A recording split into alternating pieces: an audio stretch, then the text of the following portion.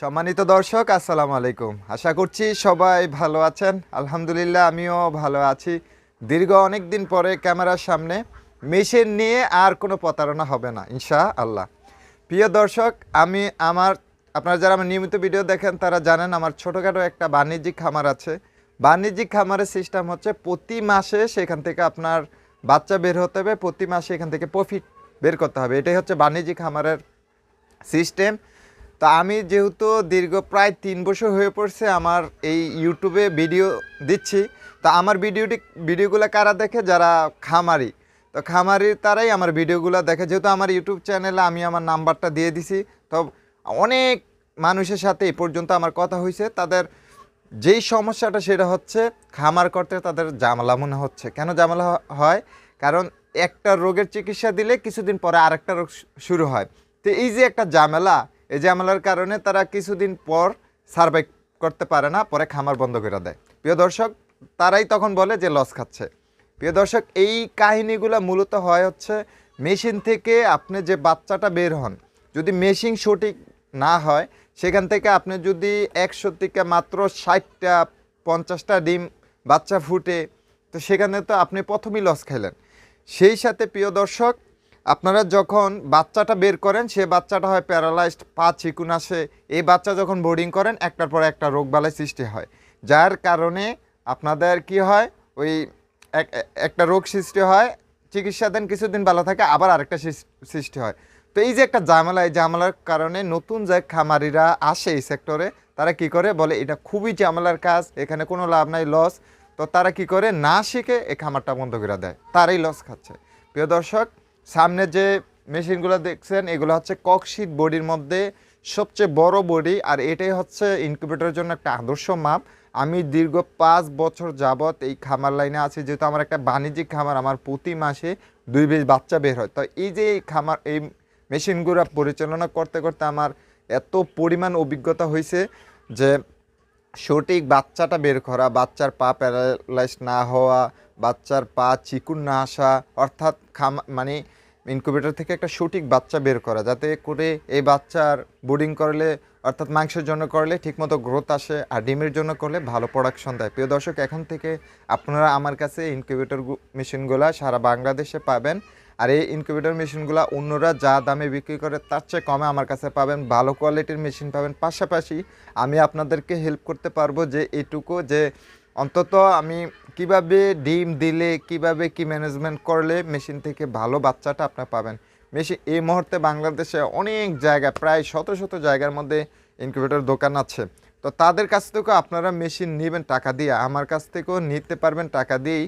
তা একটু কম পাবেন, ভালো কোয়ালিটির মেশিন পাবেন। আর আমার মেশিনের গ্যারান্টি আমি নিজে, যারা আমাকে বিশ্বাস করেন, অন্তত 3 বছর ধরে আমি বাংলাদেশে আনাচে কানাচে পাহাড়ি মুরগির বাচ্চা অনেক জায়গায় দিয়েছি। আজ পর্যন্ত আমাকে কেউ বলতে না যে ভাই আপনি প্রতারণা করেন। ভাই আমি একটা কথা বিশ্বাস করি, এই পোলট্রিটা হচ্ছে জীবন্ত প্রাণী। আপনি একজনের সাথে প্রতারণা করলে আল্লাহ, আপনি সব কাজ ঠিকমতো করেন, যদি আল্লাহ একটা ছোট্ট রোগ দেয় আপনি সব ধ্বংস করে দিতে পারেন। তার জন্য বা এর জন্য আমি যে কোনো কাজে সততা থাকলে আপনি এখান থেকে বড় করতে পারবেন। প্রিয় দর্শক, সামনে যে একটা মেশিন দেখছেন,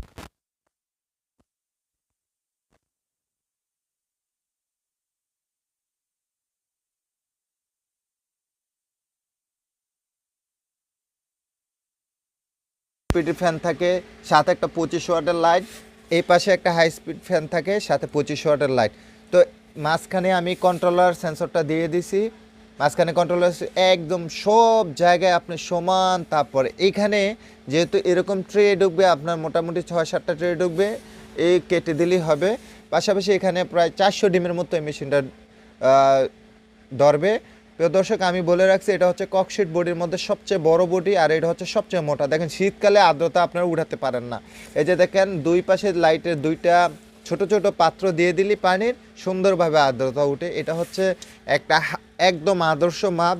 এখান থেকে যদি আপনার ডিমের কোয়ালিটি ভালো থাকে, তাহলে প্রিয় দর্শক এখান থেকে আপনার মোটামুটি 95-90%-এর ওপরে আপনার হেচিং রেট পাবেন। শুধু হেচিং রেট পাবেন এটাই না, সেই সাথে এখান থেকে যে বাচ্চাটা বের হবে, এই বাচ্চাটা হবে একদম আদর্শ একটা বাচ্চা।